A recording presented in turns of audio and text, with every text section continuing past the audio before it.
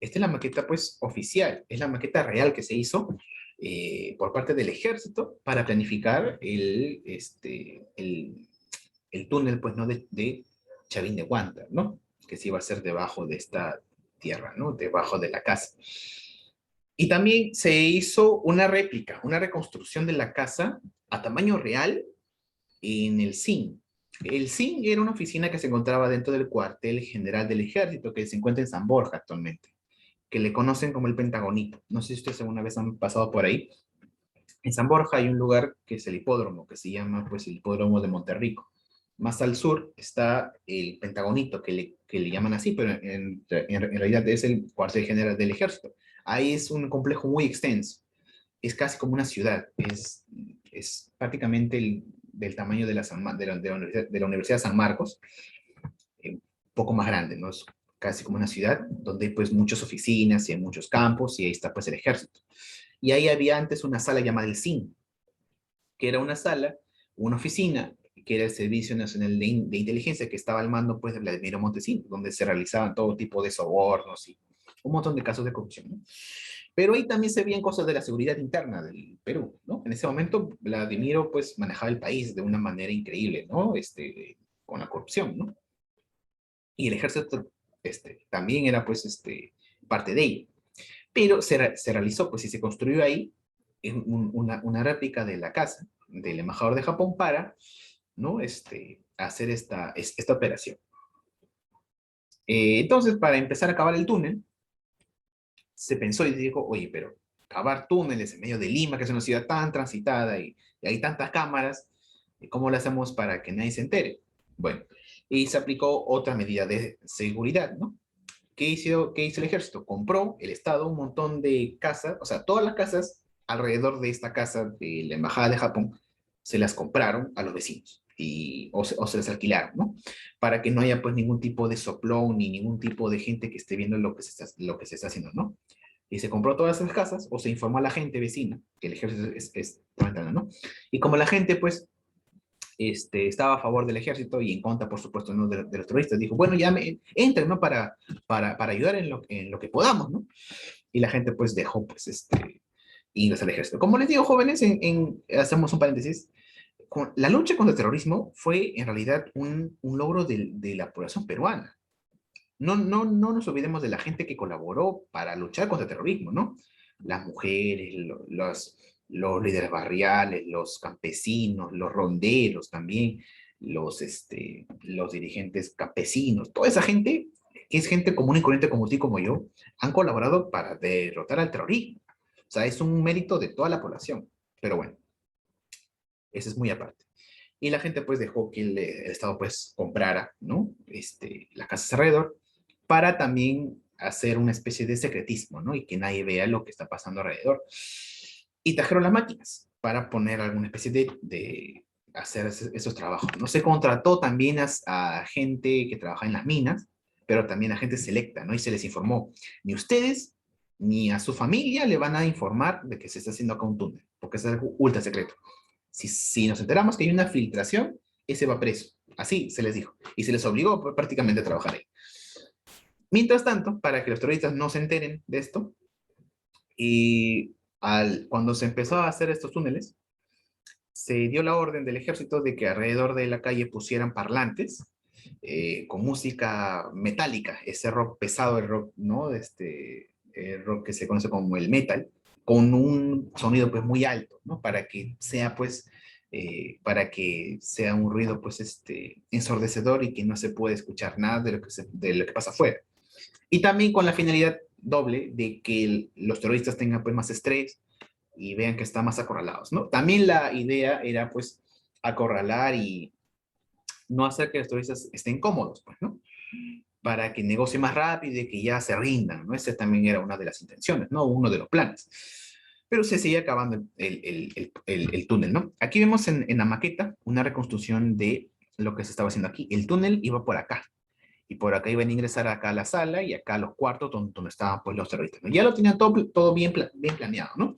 Porque en el Pentagonito, ¿no? En el cuartel del ejército, suena un poco menos importante cuando decimos el Pentagonito, ¿no? Pero cuando decimos el cuartel del ejército ya parece un poco más serio, ¿no? Pero así le dicen el Pentagonito, porque en Estados Unidos está el Pentágono, donde es el cuartel del ejército y de seguridad, ¿no? Acá tenemos el Pentagonito, ¿no? Algo así como de Estados Unidos.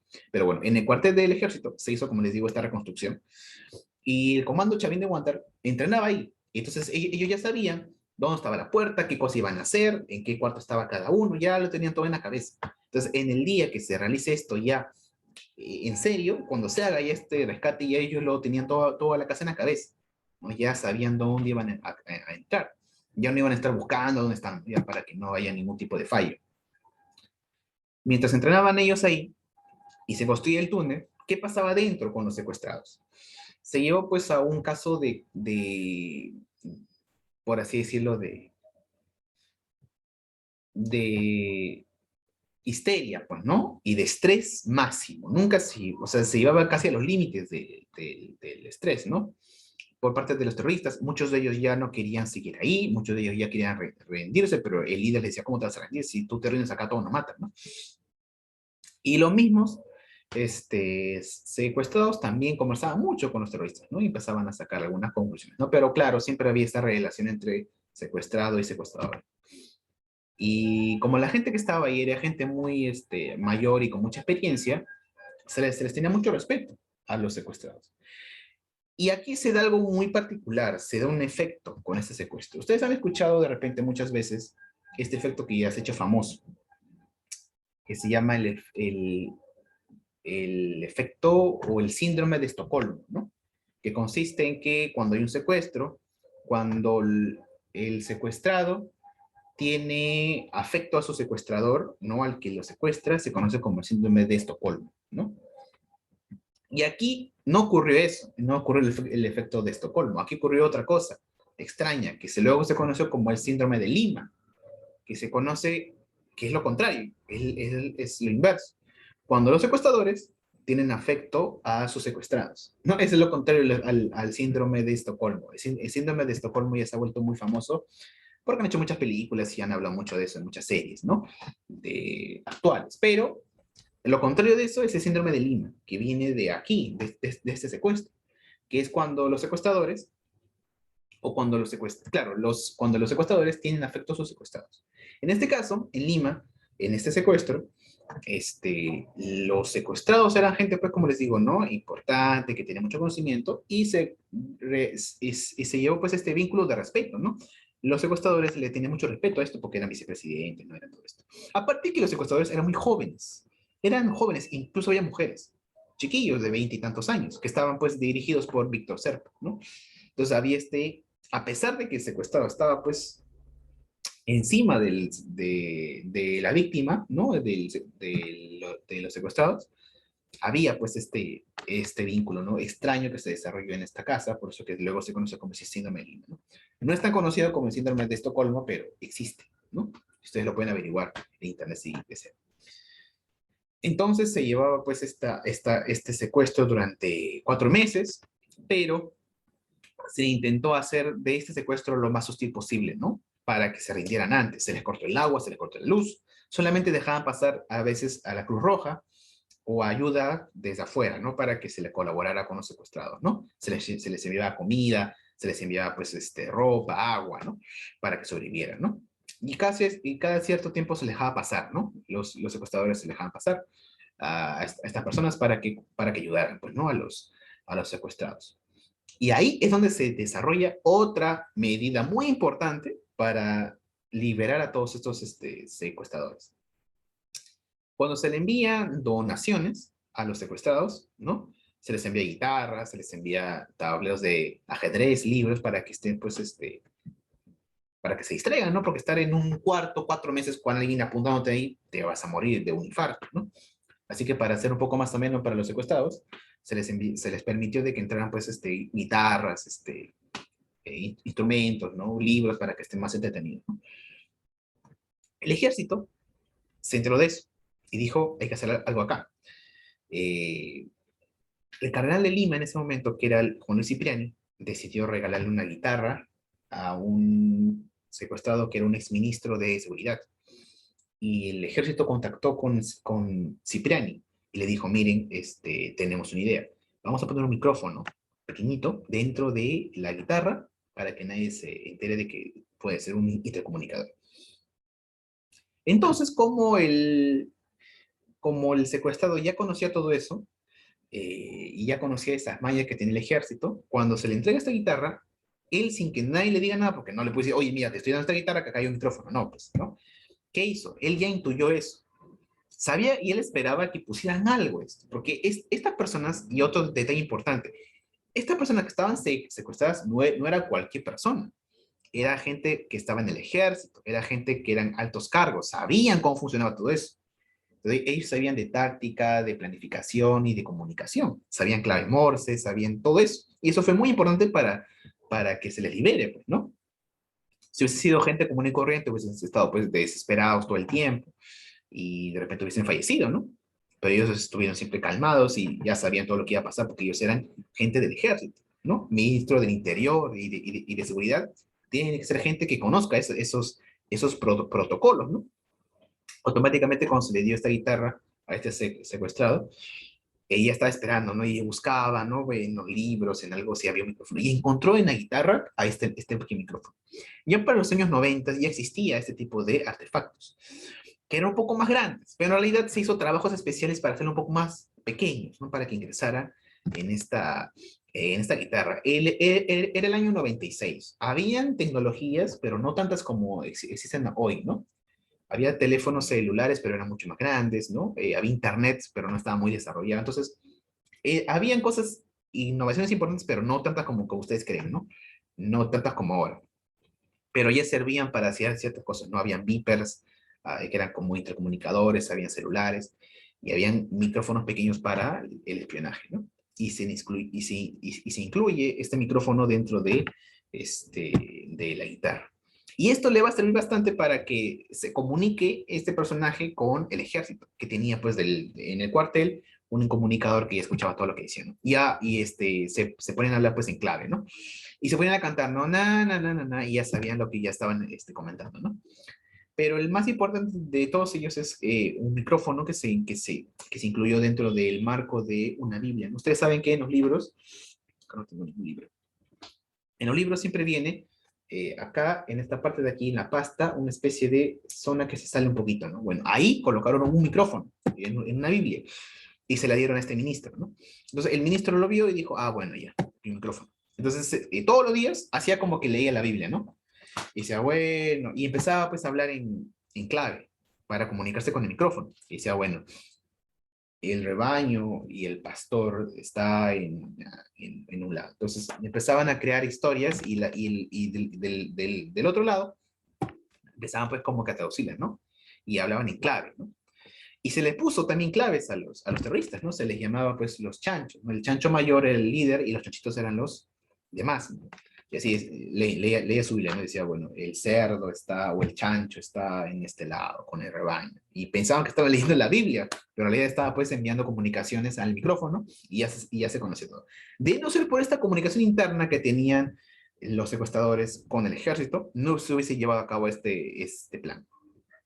O no hubiese salido tan bien como salió porque ellos le dieron información privilegiada de lo que pasaba. Como estaban adentro, ellos informaban, ¿no? Son 14, tienen tantas armas, este es su horario, para que el ejército sepa eso y ya tenga más información para entrar, ¿no? Pero qué frustrante saber o comunicarte con un micrófono dentro sin tú tener la esperanza de que va a llegar ese mensaje, ¿no? Pero felizmente llegó ese mensaje. Porque él no recibía ninguna comunicación, pues no, eso solamente era para enviar, no para que te contesten, ¿no? Fue realmente algo muy desesperante. Entonces, con estas informaciones, luego llegó una información clave con la que se da fin a esto. Dan una señal los secuestrados y dicen, ¿no? Tal día, en clave todo, ¿no? Los viernes o los sábados tienen un momento donde juegan fútbol.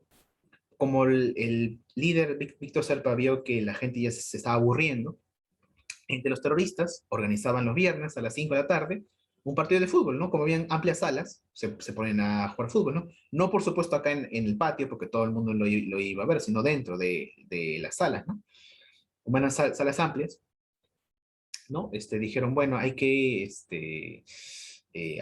jugar fútbol para distraernos un poco, ¿no? Y no aburrirnos. Son 4 meses, ¿no? Hasta los terroristas ya estaban, pues, aburridos, ¿no? Y para aliviar tensiones y que no se peleen entre ellos, dijeron, bueno, ya cada semana vamos a jugar acá fútbol para que se diviertan y no estén tan estresados, ¿no? Pero eso no lo sabía el ejército. Eso se le informó dentro de los secuestrados. Entonces dijeron, bueno, hay que atacarlos en ese momento, cuando están pues sin armas y desprevenidos, ¿no? Y eso fue lo que pasó. En marzo, recién, del año 97, al año siguiente, después de este secuestro, duró varios meses, se llevó a cabo la operación Chavín de Guanta, que consistía en que el ejército, por estos túneles, ingresaran a esta casa, mataran a todos los que se encontraran ahí, a todos los terroristas, y liberasen a los rehenes, ¿no? Con vida. Ese era lo ideal, ¿no? Y se llevó a cabo en ese momento. Informó el hombre de la Biblia, informó al ejército y les dijo, ya es momento, ya están jugando los chanchos, algo así, ¿no? Y dijeron, ya está jugando fútbol. Y en ese momento, a las 5 de la tarde, ingresaron. Los terroristas no se imaginaban nunca esto, porque ellos esperaban de que si es que entrara el ejército, entrara pues en la noche, porque todo eso siempre se hace en la noche, ¿no? Cuando están más desprevenidos. Por eso que en la noche tenían guardias, ¿no? Hacían como rondas, ¿no? Pero esto fue a las 3 de la tarde, cuando estaban jugando fútbol, ¿no? Cuando nadie se lo esperaba. Y ingresó el ejército, ingresó a la sala y estaban dentro, en segundos, ¿no? Y encontraron a los terroristas, pues, ahí jugando fútbol y en los segundos nomás aniquilaron a todos, ¿no? Incluso se encontró, pues, que los cuerpos de los terroristas estaban, pues, corriendo, intentando, pues, alcanzar sus armas que los habían dejado, pues, ahí, ¿no? Y le encontraron así, ¿no? Los cuerpos estaban con su ropa deportiva, ¿no? Que estaban jugando, lo que se habían quitado, pues, un rato sus pantalones y se pusieron un short, ¿no? Algo así como para jugar, ¿no? Y ahí nomás quedaron todos, ¿no? Y los demás se encontraban en los cuartos. Al escuchar todo esto, los terroristas que estaban en los cuartos ya tenían las órdenes, ¿no? De que si algún día entra acá el ejército, ustedes maten a los secuestrados, ¿no? Pero habían dos grupos. Un grupo fue a esa sala donde estaba el fútbol y otro grupo del comando del ejército fue a los cuartos. Y ahí los encontró y les dio muerte a todos. En conclusión, uy, ya me queda muy, muy poco tiempo. En conclusión, fue una operación muy exitosa. ¿Por qué? Porque se liberó a todos los secuestrados con vida. Y todos los terroristas, pues, fallecieron en el acto, ¿no? En la emboscada, ¿no? El ejército tenía esta potestad, ¿no? De disparar a matar porque estaban ellos amenazando la vida de un civil. Entonces, en las normas, pues, se libró, pues, este tipo de acciones y esto se tomó como algo legal, ¿no? Por la operación Chavín de Guantar, Fujimori no está preso, ¿eh? Por si acaso, porque esto de acá fue legal, entre comillas, ¿no? Entre muchos términos, porque fue un secuestro, ¿no? Si alguien está amenazando la vida de otro y lo va a matar, si el ejército viene, que es la fuerza del orden, y lo mata, se hace con la justificación, ¿no? De que está atentando con la vida de otro, ¿no? Aparte que eran terroristas, ¿no? Entonces se hizo con algún tipo de legalidad, ¿no? Aparte todo el mundo estaba de acuerdo con esto y no solamente que la gente esté de acuerdo con esto, sino que para las leyes internacionales también, ¿no? Así que por esto Fujimori no está preso, porque esto de acá se hizo con las normas legales, ¿no? Por lo demás sí, que se hizo pues, eh, se mató gente inocente, ¿no? En este caso no, ellos sí eran terroristas, los del MRTA, ¿no? Basta ver sus acciones, ¿no? Y se liberó, solamente fallecieron dos militares del comando Chavín de Guantar, ¿no? Y fue el único detalle, ¿no? Pero en lo demás fue exitoso, ¿no?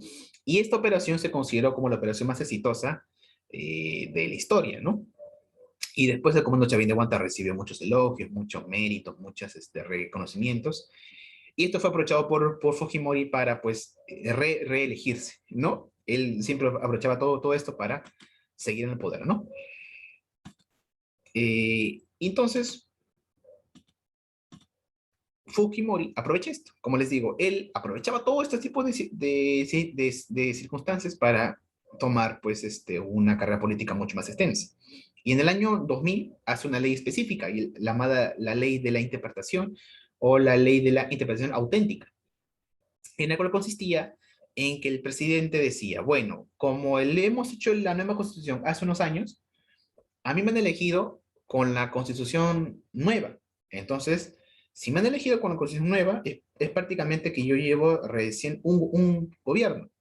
Entonces, no sé si me entienden. Miren, Fujimori fue elegido en el año 90, con la constitución del año 79, pero él en el año 93 cambia la constitución. Entonces, es elegido en su segundo gobierno con la constitución del año 93. Entonces, él dice, a mí recién, con la constitución del año 93, me han elegido una vez, en el año 95. Entonces, yo, por ley, ¿no? Tengo el derecho de postular de nuevo porque recién he postulado una vez con esta constitución. Lo que pasó antes, no importa. Entonces, eso se hizo pues, como un malabar en la justicia y dijo, bueno, ya está bien. Y se creó la ley de la integración auténtica y con esa ley, Fujimori postuló de nuevo en el año 2000 y ganó las elecciones. Y aquí al presidente, al futuro presidente que sería en ese momento Alejandro Toledo.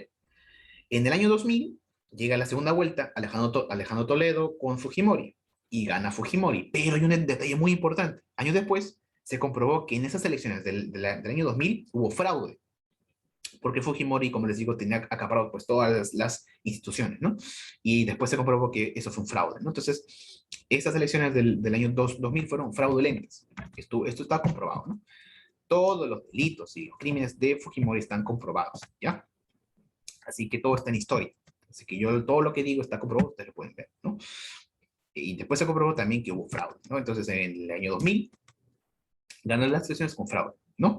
Perjudicando en ese momento candidato Alejandro Toledo, que al año siguiente volviera a postular y ahí recién ganaría las elecciones, ¿no? 2 minutos me queda. En el año 95, en el año 98, se firma el protocolo de Río de Janeiro y se pone fin al conflicto del CENEPA. Y por fin cerramos ya nuestras fronteras. Y con eso llegamos al final de el gobierno, pues, ¿no? De Alberto. El segundo gobierno de Alberto Fujimori. Bien, jóvenes, nos quedan 5 minutos. Ya saben que en estos 5 minutos tiene que estar su cámara encendida para considerar pues su nota. Y también es momento de las preguntas. Entonces, jóvenes, ¿habrá preguntas al respecto? ¿Preguntas? Mientras yo veo quién está con su cámara prendida para que se considere pues su nota, ¿no? Ya saben, ya les he dicho que la cámara encendida se considera pues como nota, ¿no?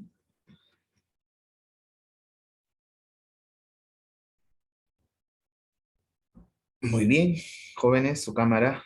A ver, ya les he dicho, jóvenes, todas las clases les voy a recordar lo mismo siempre, que su cámara encendida solamente se considera como nota. Hay muchos chicos que están con su cámara siempre apagada en todas las clases. Y no se sorprendan si no les considero como nota, por si acaso. Eso ya les he advertido muchas veces, ¿no?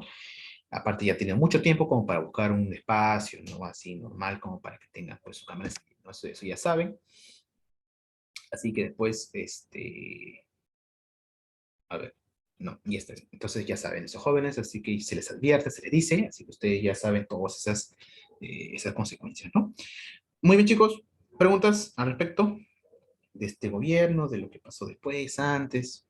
Ya saben que todas las preguntas siempre van acumulando nota. Bien, estoy viendo que tiene su cámara encendida.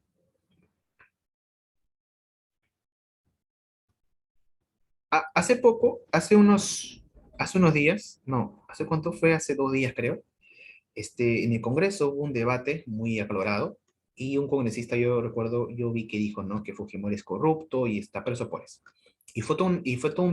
En el Congreso fue todo un debate, ¿no? Y dijeron que por favor retire esa palabra, ¿no? Y después se hizo un comunicado y se hizo, pues, una polémica, ¿no? Porque en el Congreso hasta ahora, como les digo, existe el partido, pues, Fujimorista, ¿no? Y en realidad, pues, se hizo una polémica por esto, ¿no? Pero en realidad, con todo lo que les digo, jóvenes, no es porque me parezca o porque este político me quede bien, no, es porque está en historia. Todo lo que yo digo es porque hay fuentes, hay hechos, está comprobado, ¿no? Así que no crean que cuando hablamos de política, porque acá, mientras más pasa el tiempo, los políticos que estoy hablando ya aún siguen vivos, y a veces están en política.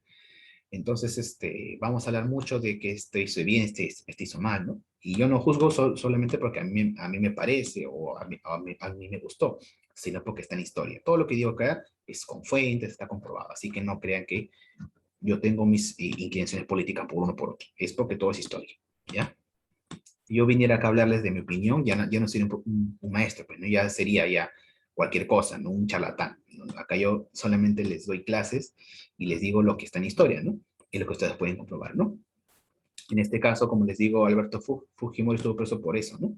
Por corrupción y por el grupo Colina, ¿no? Que ya sabemos lo que hizo, ¿no? Entonces todo eso ya está en historia, así que no debe ser ninguna polémica porque ya está comprobado, pues, ¿no? Pues hasta ahora hay polémicas en el Congreso con eso, cuando no debería haber, ¿no? Fujimori está preso por corrupción y por asesinato, ¿no? Y por muchas cosas más, por secuestro. Tiene como 17 cargos, ¿no? Secuestro, peculado, lavado de activos, cohecho, influencia, malversación de fondos, secuestro, asesinato, crímenes de lesa humanidad. Tiene un montón de cargos por eso que está preso. Entonces no hay ninguna polémica porque ya está comprobado. Entonces siempre se tiene que advertir al respecto, ¿no? Muy bien, chicos, entonces yo siempre leo el chat. Entonces, si no hay más preguntas, jóvenes, nos vemos de, el día jueves, ¿no? El día jueves para historia universal, filosofía y geografía. Entonces, jóvenes, cuídense bastante. Nos vemos el día jueves. Y bueno, entonces no tengo más que decirles. Cuídense bastante, jóvenes, y hasta entonces.